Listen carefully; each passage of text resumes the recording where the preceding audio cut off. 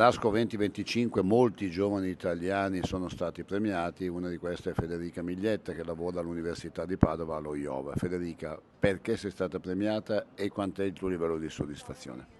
Beh, devo dire che sono molto felice di aver ricevuto questo riconoscimento nell'ambito dell'ASCO Concare Cancer e anche grazie alla Breast Cancer Research Fund. Si tratta di uno studio chiamato Life Map Breast Cancer che vuole andare a costruire un modello di intelligenza artificiale per migliorare la personalizzazione terapeutica.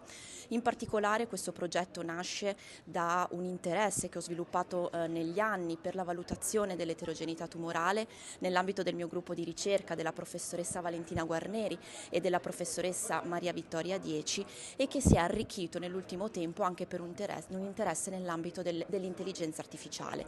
Questo progetto si rivolge a donne affette da un carcinoma mammario metastatico per le quali sappiamo che oggi l'accesso terapeutico è in gran parte guidato dalla valutazione di biomarcatori a livello di diversi tessuti ed in particolare quello che sappiamo è che la positività di questi biomarcatori può garantire l'accesso a delle strategie terapeutiche molto importanti e molto efficaci. In questo contesto però sappiamo anche che una sola valutazione della positività dei biomarcatori a livello del tumore primitivo o di un sito metastatico potrebbe non catturare l'eterogeneità tumorale, potrebbe non garantire quella che è la massimizzazione dell'accesso terapeutico.